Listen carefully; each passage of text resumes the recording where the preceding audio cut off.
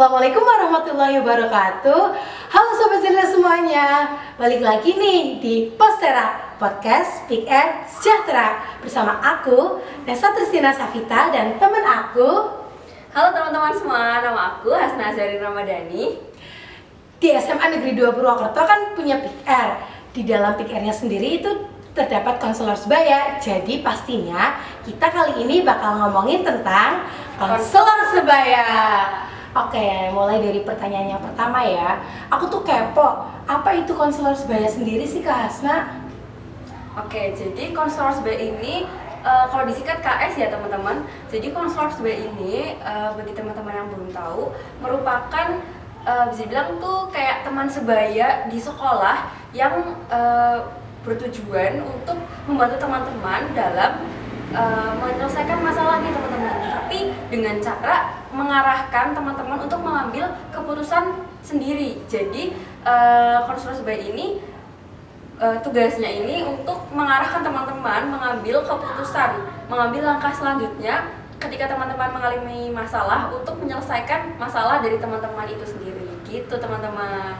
Intinya konselor sebaya itu orang yang membantu mengurai bola kusut. Tapi kan kita punya banyak cara untuk mengurai bola kusut dan kita memutuskan sendiri bola kusut itu mau digunting atau diapain. Kita nggak harus ngikutin saran-saran, nggak saran sih. Kita nggak harus ngikutin apa yang dimau sama konselor sebaya. Jadi kita balikin ke diri kita sendiri gitu sih. Ya benar nggak tahu. Betul.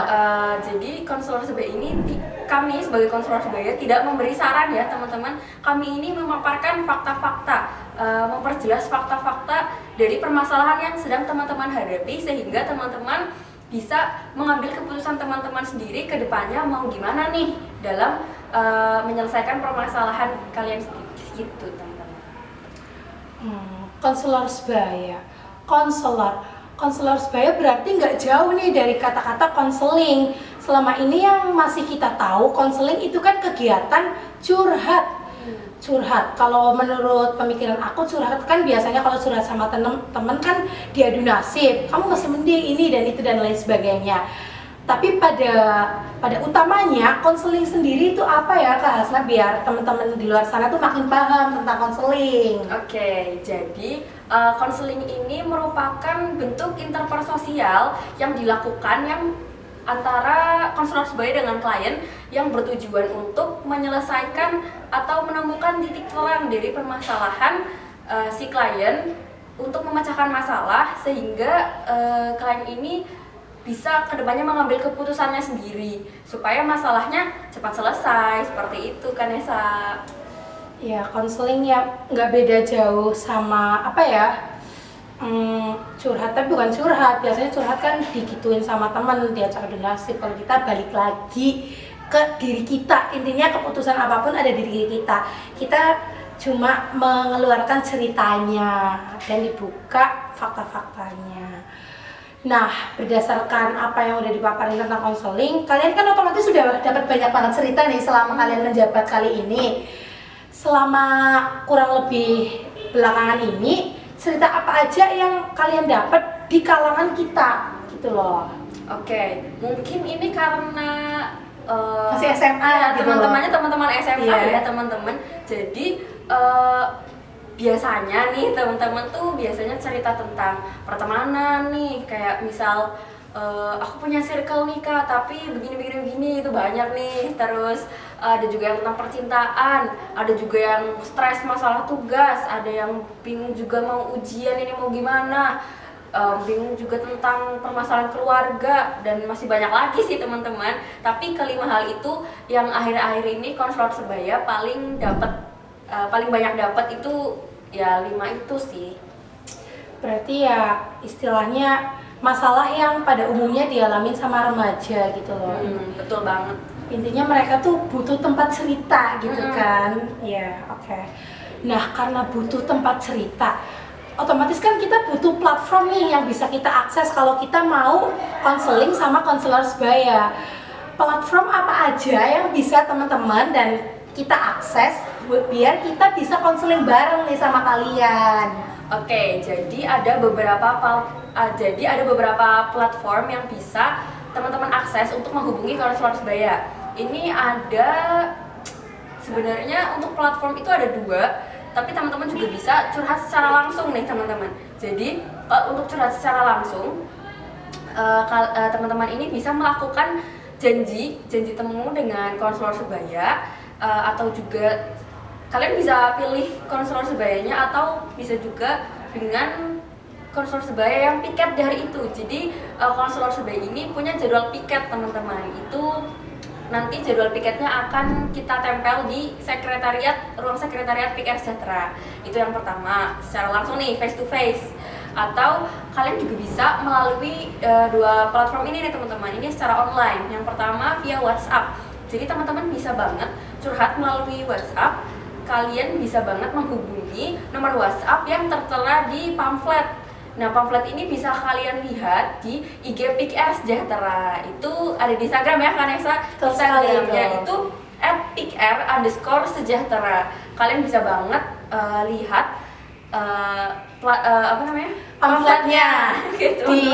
Di sorotan IG kita tuh ada tentang konselor sebaya kok teman-teman. Teman-teman bisa banget lihat pamfletnya di IG PKR. Kemudian yang terakhir nih, teman-teman bisa banget curhat lewat Telegram.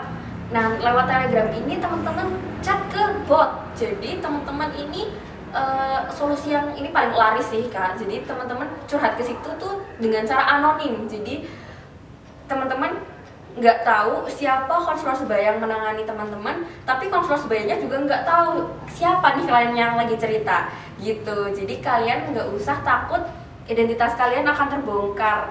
Jadi kami sebagai konselor sebaya nggak tahu siapa nih yang lagi curhat. Itu apabila kalian curhat melalui Telegram bot gitu teman-teman. Oh iya, nama Telegramnya itu apa nama ya? akun Biar botnya kita itu akses. @conselor_bot gitu teman-teman. Ingat-ingat ya. Oke, karena itu ada banyak banget cara biar kita bisa konseling sama konselor sebaya. Kalian punya jam kerja sendiri nggak? Karena sekolah nih, otomatis kita nggak cuma ngurusin di bidang konseling aja, tapi kita merupakan remaja yang dipilih untuk membantu konseling di kalangan teman-temannya. Kan sekolah, gimana biar kita ketemu sama kalian itu pasti punya jam kerjanya lah. Di jam berapa aja, di hari apa kita bisa cerita sama kamu atau kalian. Oke, jadi konselor sebaya ini punya jam kerja nih teman-teman. Jam kerjanya ini dibagi 2, jadi weekdays sama weekend. Nah, di weekdays ini atau hari-hari sekolah, hari Senin sampai Jumat, jam kerja KS ini dari jam 1 siang sampai jam 8 malam. Kemudian untuk di weekend itu kita jam kerjanya dimulai lebih pagi nih teman-teman, dari jam 9 pagi sampai jam 8 malam gitu kan Esa. Mungkin karena di weekend sendiri kan lebih santai gitu ya, istilahnya ya kita nggak lagi dikejar tugas-tugas ataupun apapun itu gitu loh. Santai, hari-hari santai ya. Hari-hari santai. Kalau teman-teman sendiri itu masih terbersit ragu nggak sih? Istilahnya apa ya?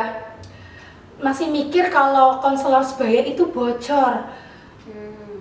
Nah, itu gimana caranya konselor sebaya ngeyakinin ke teman-teman bahwa menurut aku sih pertanyaan itu nggak benar ya. Itu gimana cara ngeyakininnya? Jadi gini, bagi teman-teman yang masih ragu mau curhat ke konselor sebaya, nggak usah takut, nggak usah ragu. Kenapa? Karena konselor sebaya ini punya kode etik nih teman-teman. Jadi kami sebagai konselor sebaya bisa menjamin bahwa informasi pribadi kalian, cerita-cerita kalian, permasalahan kalian tidak akan diketahui oleh orang lain selain KS itu sendiri. Maupun sesama KS ya, kita tidak akan memberitahukan tentang identitas klien kita, informasi klien kita kepada sesama KS gitu. Dan for your information ya teman-teman, sebelum kami dilantik menjadi konselor sebaya, kami ini ada sumpah nih. Keren banget. Kami ini ada sumpahnya pakai Al-Quran teman-teman. Kita disumpah pakai Al-Quran supaya kami sebagai konselor sebaya tidak menyebarkan informasi pribadi klien kepada orang-orang lain. Seperti itu teman-teman. Istilahnya konselor sebaya itu sudah punya janji konselor ya, seperti itu. Oke. Apa ya? Kemudian udah sih, ya kan? tinggal ditutup. Oke, mungkin cukup sekian aja nih obrolan kita bareng sama konselor sebaya. Dan menurut aku sih paparan yang apa udah disampaikan sama Kak Hasna Azarin itu cukup meyakinkan gimana kita bisa konseling sama konselor sebaya. Dan semoga sangat membantu kalian juga di luar sana. Buat siapapun kalian, mulai sekarang itu jangan ragu untuk cerita ke konselor sebaya. Kita nggak mengharuskan cerita ke konselor sebaya, tapi jika kalian membutuhkan tempat cerita, maka konselor sebaya siap menjadi tempat cerita kalian. Cukup sekian obrolan kita pada video kali ini. Saya Nessa Tristina Safita pamit undur diri. Assalamualaikum warahmatullahi wabarakatuh. Salam genre.